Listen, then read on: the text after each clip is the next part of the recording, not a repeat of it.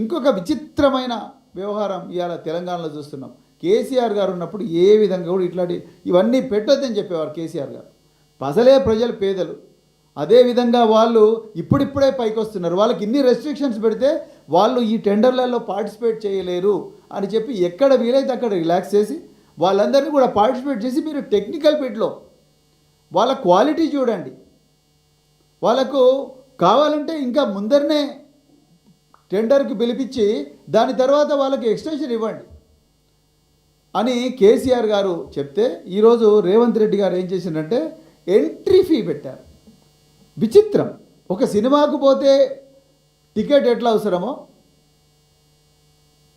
ఒక సర్కస్కు పోతే టికెట్ ఎట్లయితే అవసరం ఉంటుందో, ఒక మ్యూజియంకు పోతే టికెట్ ఎట్లయితే అవసరం ఉంటుందో, ఆ విధంగా ప్రీ బిడ్ మీటింగ్లో ఎవరైనా అటెండ్ కావాలి, మాకు ఈ టెండర్ డాక్యుమెంట్లో కొన్ని అబ్జెక్షన్స్ ఉన్నాయని చెప్పడం కోసం ఎవరైనా చిన్న చిన్న కాంట్రాక్టర్లు పోవాలి అంటే వాళ్లకు ఫీ పెట్టారు. చూడండి, నైట్ డ్రెస్లో మాకు అభ్యంతరాలు ఉన్నాయని చెప్పాలంటే ముందు నువ్వు 50,000 డీడీ తీసుకుంటేనే నేను ఎంటర్ కానిస్తారు.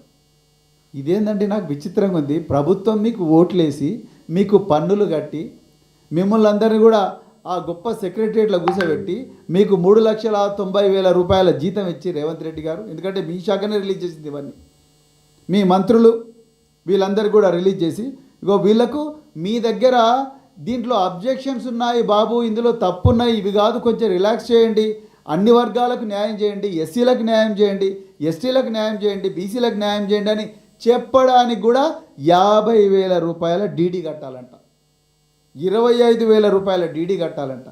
కడితేనే నిన్ను ఆఫీసర్లు లోపలికి రానిస్తారు. నాకైతే ఇంతకన్నా ఘోరమైన తుగ్లక్ ఆలోచన, నిరంకుశ ఆలోచన ఇంకొకటి లేదు. అంటే గవర్నమెంటు ఎంత నిరంకుశంగా ఆలోచిస్తున్నది, ఎంత దుర్నీతితో ఆలోచిస్తున్నది ఇప్పుడు తెలంగాణ పిల్లలకు అర్థం అవ్వాలని మేము కోరుకుంటున్నాం. ఇంకా అదేవిధంగా మరి నోట్బుక్లు అయితే ఇప్పుడు వాటర్ మార్కుతో ఉండే నోట్బుక్లు అయితే అసలు తెలంగాణలో అసలు ఏ కంపెనీ కూడా చేయలేదు. అంటే మీ దృష్టిలో ఎవరో దేశవ్యాప్తంగా ఎవడో పెద్ద పారిశ్రామికవేత్త ఉన్నాడు, వాడికి సపోర్ట్ చేయాలని వాడి ద్వారా ముందు కమిషన్లు తీసుకొని ఆ కమిషన్లు ఢిల్లీలో ఏఐసిసిలో పెద్దలకు అప్పచెప్పాలని మీరు ముందరనే డిసైడ్ చేసుకున్నారు. అందుకొరకే నేషనల్ కాంపిటేటివ్ బిడ్డింగ్. గత ప్రభుత్వంలో రకరకాల శాఖల్లో మేము ముఖ్యమంత్రి గారి ఆదేశాల మేరకు మేము హెడ్ ఆఫ్ ద డిపార్ట్మెంట్గా మేము అందరి జిల్లా కలెక్టర్లకు ఎస్సీ ఎస్టీ బీసీలకు అవకాశాలు ఇవ్వండి, వాళ్ళ జనాభా నిష్పత్తి ప్రకారం రిజర్వేషన్ పాలసీ ప్రకారం అవకాశాలు ఇవ్వండి అని అంటేనే కదా డిస్ట్రిక్ట్ పర్చేజ్ కమిటీలో జిల్లా కలెక్టర్లందరూ ఎస్సీ పారిశ్రామికవేత్తలకు, ఎస్టీ పారిశ్రామికవేత్తలకు, బీసీ పారిశ్రామికవేత్తలకు మరి ఇచ్చిండ్రు. ఇలా మీ అధికారులే గౌరవ హైకోర్టులో గత సంవత్సరం మేము జీసీసీకి ఇస్తున్నాం, గిరిజన కోఆపరేటివ్ కార్పొరేషన్కి ఇస్తున్నాం, మహిళా సమాఖ్యలకు ఇస్తున్నామని మీ అధికారులే అడ్వకేట్ జనరల్ వారి ద్వారా సబ్మిట్ చేసిండ్రు కదా.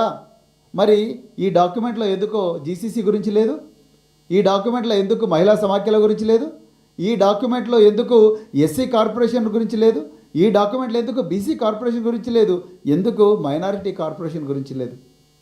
అంటే వాళ్ళు మీకు ఓట్లు వేయడానికి మాత్రమే పనికొచ్చే మనుషులు మాత్రమేనా? మీ సభలకు వచ్చే చప్పట్లు కొట్టే జనాల వరకే వాళ్ళు మీరు చూస్తున్నారా? మీ జెండాలు మేడ కోసం చూస్తున్నారా రేవంత్ రెడ్డి గారు? సంపాదన ఇచ్చేటప్పుడు, వాళ్ళతో పని చేయించేటప్పుడు, వాళ్ళకు ఉపాధి కల్పించేటప్పుడు వాళ్ళ ప్రయోజనాలు మీకు గుర్తుకు రావా? ఇలా బీఆర్ఎస్ పార్టీ అడుగుతూ ఉన్నది ప్రశ్న. ఆనాడు కేసీఆర్ గారు జీవో 55 తీసుకొచ్చారు. ఉద్యోగాల్లో కూడా గ్రూప్ 1 ఉద్యోగాల్లో కానీ టీజీపీఎస్సీ ఉద్యోగాలని జీవో 55 తీసుకొచ్చి సామాజిక న్యాయం రాజ్యాంగబద్ధంగా నడవాలని చెప్పారు. అందుకొరకే కదా ఆనాడు అట్లా వచ్చినాయి ఉద్యోగాలు. ఇలా మీరు జీవో 29 తీసుకొచ్చి దాన్ని నాశనం చేశారు. అదేవిధంగా గురుకుల పాఠశాలలు అన్ని వర్గాలకు అభ్యున్నతి జరగాలని చెప్పి గురుకుల పాఠశాలలు పెట్టారు. 12,000 మంది ఎస్సీ ఎస్టీ బీసీ మైనారిటీ వర్గాలకు చెందిన కాంట్రాక్టులను తయారు చేశారు. వాళ్లకు రూల్స్ రిలాక్స్ చేసి మరింత ప్రోత్సాహకాలు ఇచ్చారు. అందువల్లనే కదా వాళ్ళ కుటుంబాలు బాగుపడ్డాయి, వాళ్ళ ఇళ్లలోకి ఎంతో కొంత సంపద వచ్చింది. కానీ మీరు ఈరోజు ఆ సంపదనంతా కేవలం కొంతమంది బడా కాంట్రాక్టర్ల భోజ్యంగా మార్చారు. వాళ్ళందరూ మీకు ఏఐసిసికి ఏటీఎం మెషిన్లుగా మారే పరిస్థితి తీసుకొచ్చిండ్రు మీరు. అందుకొరకే ఈరోజు బీఆర్ఎస్ పార్టీ అర్జెంటుగా జీవో నెంబర్ 17ను రద్దు చేయాలని డిమాండ్ చేస్తూ ఉన్నది. ఈ నేషనల్ కాంపిటేటివ్ బిడ్డింగ్ ద్వారా తెలంగాణలో ఉండే micro, small and medium enterprises అంటే చిన్న తరహా, సన్న తరహా పరిశ్రమలు ఏవైతే ఉన్నాయో వాళ్ళందరూ రోడ్ల మీద పడి బిచ్చం ఎత్తకుండా, వాళ్ళందరూ మళ్ళీ రోడ్ల మీదకి వచ్చి అడ్డాకూలీలుగా మారకుండా, నిరుద్యోగులుగా మారకుండా, నిరాశ్రయులుగా మారకుండా ఉండాలంటే మీరు అర్జెంటుగా ఈ నేషనల్ కాంపిటేటివ్ బిడ్డింగ్ విధానాన్ని రద్దు చేసి, మీరు జీవో నెంబర్ 17ను రద్దు చేసి, ఈ ప్రాజెక్ట్ మానిటరింగ్ యూనిట్ ఏదైతే మీరు ఢిల్లీకి మూటలుగా పంపించడం కోసం తయారు చేసిన ఈ ప్రాజెక్ట్ మానిటరింగ్ యూనిట్ ఏదైతే ఉందో దాన్ని రద్దు చేస్తేనే వీళ్ళందరి జీవితాలు బాగుపడతాయి. చిన్న తరహా, సన్న తరహా ఏవైతే micro, small and medium enterprises వాళ్ళ జీవితాలు బాగుపడతాయి.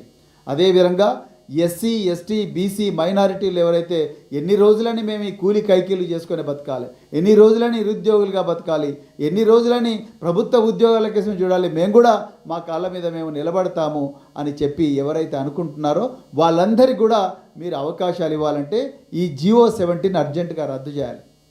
మూడవ డిమాండ్, మీరు చేవెళ్ళ డిక్లరేషన్లో ఎస్సీ, ఎస్టీల కోసం ఏ విధంగా అయితే 18% పెట్టినరో, మీరు 18%, 12% పెట్టినరో, కామారెడ్డిలో ఏ విధంగా అయితే 40% పెట్టినరో ఆ డిక్లరేషన్ల ప్రకారం ఎస్సీ, ఎస్టీ, బీసీలకు అర్జెంటుగా మీరు ఈ ప్రొక్యూర్మెంట్ పాలసీలో కోటాలు కల్పించాలి, తప్పకుండా కల్పించాలి. పక్కనే ఉండే ఆంధ్రప్రదేశ్ గవర్నమెంట్ వాళ్ళు ఎంత రూల్ పెట్టిందంటే మీరు ఎవరైనా కావచ్చు, మీరు ఏ రాష్ట్రం నుంచి అయినా రావచ్చు, కానీ మా ఆంధ్రప్రదేశ్లో మీకు ఫ్యాక్టరీ ఉండాలి, మా ఆంధ్రప్రదేశ్ ప్రజలకు మీరు ఉపాధి కల్పించాలి అనే బరాబర్ రూల్ పెట్టిండ్రు.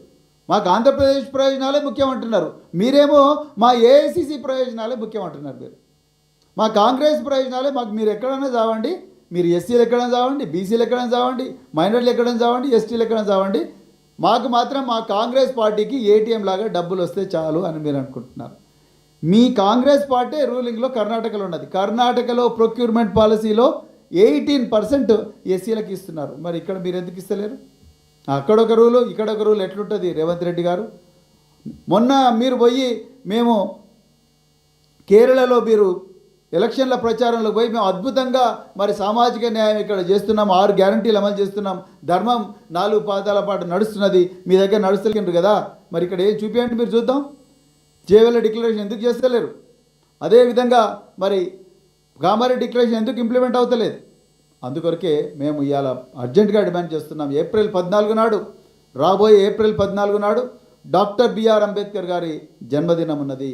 డాక్టర్ బిఆర్ అంబేద్కర్ గారు అంటేనే రాజ్యాంగ నిర్మాత, భారతరత్న, అదేవిధంగా ఈ దేశంలో సామాజిక న్యాయం కోసం పోరాడిన గొప్ప యోధుడు. డాక్టర్ బిఆర్ అంబేద్కర్ గారి జన్మదినం సందర్భంగా సామాజిక న్యాయానికి ప్రతీకైన మహనీయుడికి గౌరవంగా మీరు ఆ రోజు బాబాసాహెబ్ అంబేద్కర్ గారి బొమ్మకు దండేయడానికన్నా ముందరనే మీరు ఈ జీవో 17ను రద్దు చేయాలి. అదేవిధంగా మీరు తెలంగాణలో ఉండే ఈ అణిచివేయబడ్డ వర్గాలు ఎవరైతే ఉన్నారో వాళ్ళందరికీ బహిరంగంగా క్షమాపణ చెప్పాలి. ఈ 3 సంవత్సరాలు వాళ్ళ నోటికాడ కూడు తీసేసినందుకు కేసీఆర్ గారు వాళ్లకు సన్నబియ్యం పెట్టి, అదేవిధంగా అద్భుతంగా వాళ్ళ కన్న కొడుకులాగా, సొంత మనుమల్లాగా పిల్లలందరినీ చూసుకొని వాళ్ళందరినీ కూడా డెవలప్ చేస్తే వాళ్ళందరి జీవితాలు నాశనం చేస్తూ ఉన్నారు. వాళ్ళ నోటికాడ కూడు తీసేస్తున్నారు కాబట్టి మీరు అర్జెంటుగా బహిరంగంగా ఏప్రిల్ 14 నాడు క్షమాపణ చెప్పాలి. మీ మంత్రులు లక్ష్మణ్ కుమార్ గారు, వారికి కూడా ఈరోజు ముఖ్యమంత్రి గారికి నేను ఇవాళ ఒక బహిరంగ లేఖ రాస్తున్నా. ఆయన ప్రొక్యూర్మెంట్ పాలసీ ఎంత ఘోరంగా ఉన్నది, కామారెడ్డి డిక్లరేషన్ చేవెళ్ళ డిక్లరేషన్కు తూట్లు పడిచే విధంగా ఉన్నదని మేము ముఖ్యమంత్రి గారికి బహిరంగ లేఖ రాస్తూ ఉన్నాం. అదేవిధంగా తెలంగాణలో ఉండే micro, small and medium enterprises, చిన్న తరహా పరిశ్రమలు, కుటీర పరిశ్రమలు ఏ విధంగా రోడ్డు మీద పడే పరిస్థితి వచ్చింది రేవంత్ రెడ్డి గారి పాలసీలో ఉన్న విషయాన్ని కూడా నిరసిస్తూ, మరి అదేవిధంగా కొన్ని డిమాండ్లు జతచేర్చి ఆ డిమాండ్లన్నీ కూడా కలిపి ఈరోజు ముఖ్యమంత్రి గారికి మరి బహిరంగ లేఖ ఈరోజు మేము రాస్తున్నాం. దయచేసి మీడియా మిత్రులందరూ కూడా ఈ బహిరంగ లేఖలో సారాంశాన్ని మరి ప్రచురించాల్సిందిగా కోరుకుంటున్నా. అదేవిధంగా ఏప్రిల్ 14 నాడు అన్ని జిల్లాల్లో జరగబోయే కార్యక్రమాలు ప్రజలందరూ కూడా, ఈ అణచివేయబడ్డ వర్గాల ప్రజలందరూ కూడా, ఎస్సీ ఎస్టీ బీసీ మైనారిటీ ఎవరైతే బాబాసాహెబ్ అంబేద్కర్ గారి జన్మదినాన్ని జరుపుకుంటారో ఆ రోజు ఈ అధికార పార్టీ నాయకులు వచ్చినప్పుడు అర్జెంటుగా ఈ national competitive bidding GO number 17 ద్వారా ఈ 2000 కోట్ల కుంభకోణం ఏదైతుందో, అదేవిధంగా ఈ వర్గాలకి ఏ విధంగా అన్యాయం జరుగుతూ ఉందో ఆ విషయాలను ప్రశ్నించాల్సిందిగా మేమందరం కూడా ప్రజలందరికీ పిలిపిస్తున్నాం. మరి ఇదే విషయం మీ అందరికి కూడా మరి చెప్తూ మరొకసారి మీరు ఈ చక్కటి అవకాశం ఇచ్చినందుకు మీకు హృదయపూర్వక ధన్యవాదాలు చెప్తూ ముగిస్తున్నాం. జై తెలంగాణ, జై కేసీ.